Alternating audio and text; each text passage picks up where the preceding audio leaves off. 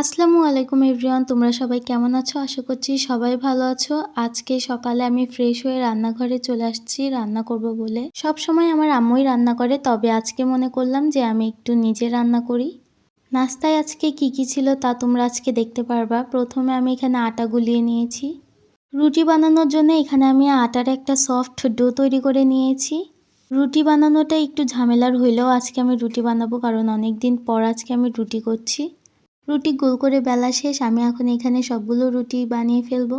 আর সকাল সকাল তোমরা কি খেতে পছন্দ করো অবশ্যই কিন্তু তোমরা কমেন্ট করে জানাবা। রুটির পাশাপাশি আমি পরোটা বানিয়েছিলাম, তাই এখানে আমি পরোটাগুলো ভেজে নিচ্ছি। তেল দিয়ে দিলাম হালকা। পরোটা ভাজা হয়ে গেলে এটা আমি উল্টাপাল্টা করে নামিয়ে নিব। আমার রুটি আর পরোটা বানানো দুটাই শেষ। এবার আমি ডিম পোচ করব, তাই এখানে আমি 2টা ডিম ভেঙে লবণ দিয়ে নিচ্ছি। ডিমটা উল্টায় ভাজা শেষ করে আমি এখানে পরিষ্কার কড়াই নিয়ে নিয়েছি, তার মধ্যে দিয়ে দেব তেল। এখানে আমি ভাজি করব। পেঁয়াজ মরিচ যা লাগে আমি আগেই সব কেটে নিয়েছিলাম। টমেটো যেহেতু বাসায় অল্প ছিল তাই অল্প একটুই কেটে নিয়েছি। কড়াইয়ে সামান্য তেল দিয়ে পেঁয়াজ মরিচ দিয়ে টমেটোও দিয়েছিলাম। এগুলো আমি হালকা ভেজে নিব, তারপর এর মধ্যে আমি মশলাগুলো দিয়ে দিব।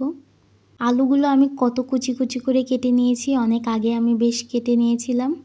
শুধু এখন আমার আলুগুলো ভাজি করার পালা। এখানে আমি আলুগুলো পরিষ্কারভাবে ধুয়ে নিয়েছিলাম। আলুগুলো এবার দিয়ে দিচ্ছি। সম্পূর্ণ আলু দিয়ে দেওয়া হয়ে গেলে এখানে আমি আলুগুলো ভালোভাবে ভেজে নেব। হালকা ভেজে নেওয়ার পর পানি দিয়ে দিব যাতে এটা সিদ্ধ হয়ে যায়, আর তারপরে আমার নাস্তাগুলো রেডি হয়ে যায়। দেখতেই পাচ্ছো সকালে আমার নাস্তার মধ্যে এই আইটেমটাই ছিল। আর এই জায়গায় আমি অনেক মজা করে খাচ্ছিলাম, কারণ সকালের নাস্তায় আমার এটাই পছন্দ। তোমরা কে কে এরকমভাবে সকালে নাস্তা করো অবশ্যই কিন্তু কমেন্ট করে জানাবা।